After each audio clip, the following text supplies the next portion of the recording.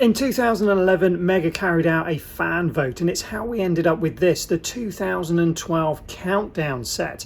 And it's a great set. It comes with the Halo Reach Saber, as well as a launch gantry and control room. But as good as this set is, there's a lot of people out there, myself included, that can't help wonder what could have been.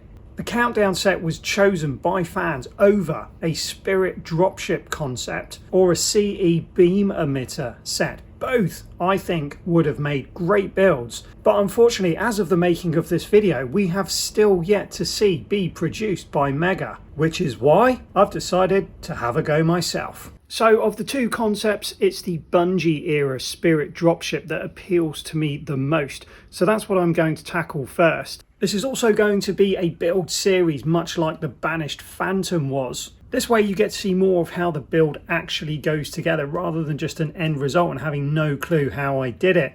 I'll also get to share any of my thoughts and problems that I may encounter along the way, because I'm sure there'll be a few.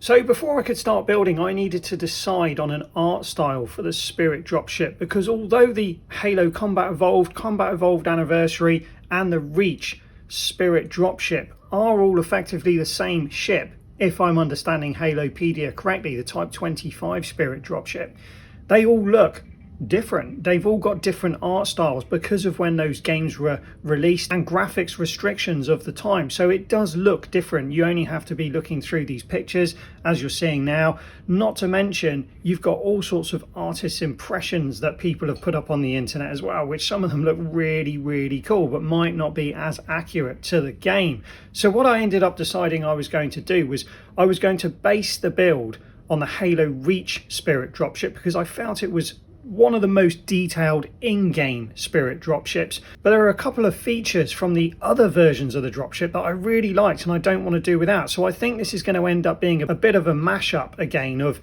various different spirits from the Bungie era to basically give me the spirit that I want the most. A bit like what I did with the Banished Phantom, which was mainly just to keep the build interesting to me and ultimately get what I want out of it.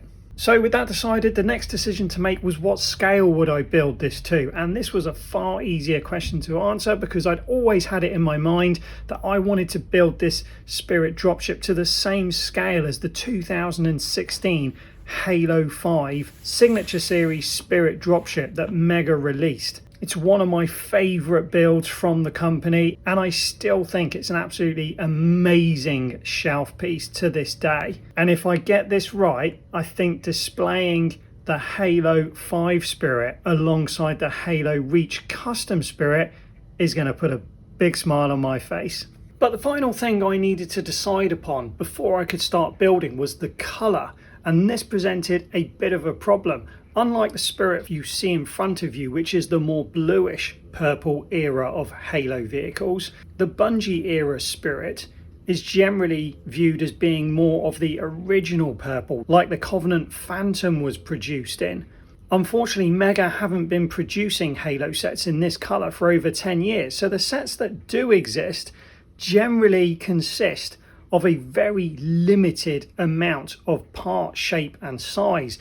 This is why, until now, I haven't bothered to try and create this Spirt Dropship. I was very specific in my mind about how I wanted to do this, and I just couldn't see how I would be able to do it to my satisfaction with the parts available in sets like the Phantom and the Banshee and various other Covenant builds from this era. But thankfully, Mega have produced lines other than Halo, and one of them has given me the power to make this build possible. By the power of Grayskull, That's right, if you didn't already know, the Masters of the Universe line sets uses the exact same purple as the original Halo line, but it has the added advantage of being a more modern line. So it has all of the up-to-date parts and pieces in this Covenant purple. And luckily for me and you, I managed to get my hands on a few of these sets. And so with all that said and done, let's see how I got on so far. The very first thing I did was create this end plate for one of the troop bays. The reason I did this was because I wanted to establish the height and width of each troop bay. I measured the Signature Series troop bay height and width and basically came as close as I could while still making it work. Obviously, it's a very different shape to the Halo 5 Spirit, so you have to be quite creative. And also, this isn't the end result of what I'm trying to achieve here. I just wanted the silhouette because the silhouette of this will dictate the silhouette of the actual troop bay. As you can see, it's got a lot of angles in it. It's got rounded corners as well as flat slopes. And if I'm going to get the troop bay right, I need to get this end plate right. Next, I wanted to create the inner wall of the troop bay because this would provide all the strength for both the ceiling or the roof and the floor down the entire length of the troop bay. But before I could do that, I wanted to design the cladding that would make the shape of the wall match the shape of the nose plate, and I came up with this. It's not perfect, but as is always the case when building with blocks, it never is. It's always a compromise. You build with what you have rather than what you want. So once I was happy with that, I could then start on the wall. So I came up with this. As you can see, I'm using those reverse plates so I can build upside down both ways out. That's just going to make it easier for creating the roof and the floor. And then I'm using a lot of studs on side pieces so I can attach the cladding all the way down the length of the troop bay. I don't have to build the cladding into the wall as I go. I can just create the wall and then attach the cladding afterwards. So as you can see, the cladding of the wall just attaches on nicely like that. But then I needed a way to be able to attach the end plate to this as well. So for this, I came up with more studs on side building, but I had to use jumper plates here because otherwise the nose plate was always half a stud one way or another, too high or too low. But with the jumper plates, I managed to get it spot on. This was an unbelievable headache and took me ages to work out. I spent ages doing this just to get it right. And as I say, it's still not perfect, but I'm definitely happy with the end result. It gives a really nice, clean look.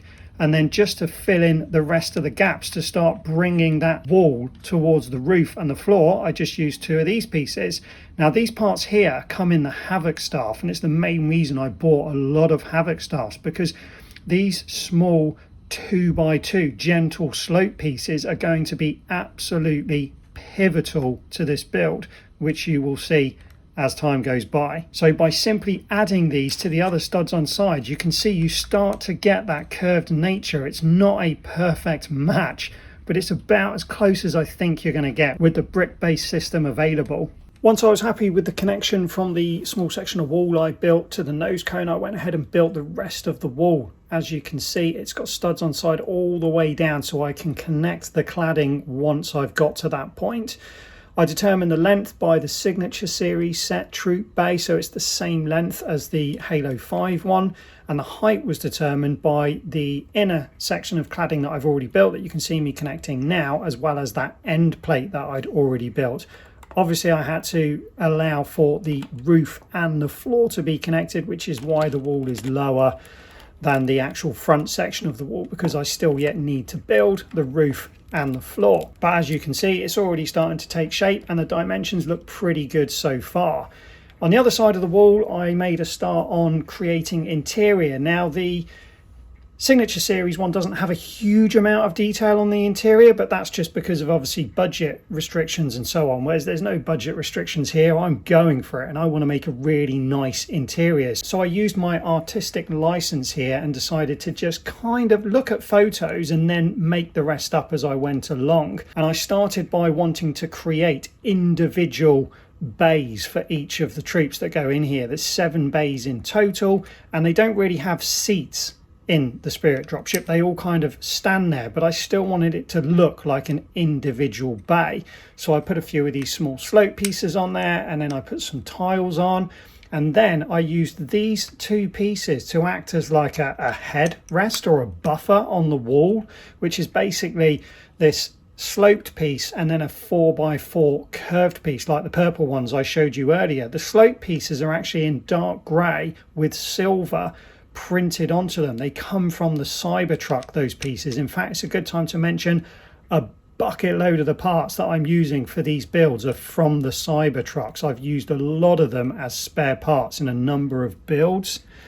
I also wanted to add some lighting detail, so I've got these small blue round lights to act as a bit of colour light, but also the 1x2 clear plates there are supposed to be like a white light as well. So that's one done, and once I've done all the rest, this is what it looks like. I am missing a couple of the small wedge pieces from the two bays on the far end, but I'll sort those out at a later date. The only other thing I want to add at this point is on the bottom of these purple supports are these 1x2 clear plates with a slight wedge on them. Again, they're from the Cybertruck, and just putting these on the end, it just helps those supports flow into what will be the floor eventually when I get around to installing that. I just think it adds a nice little bit of detail around the floor, which will hopefully look a lot better once the floor's actually there. So overall, I'm really pleased with what I've got so far. Hopefully it's got you guys excited for the rest of the build and looking forward to the next part of this build. So as always, if you enjoyed the video and you want to show your support, all you have to do is hit the like button before you go. And as always, thanks for watching, and I'll see you next time.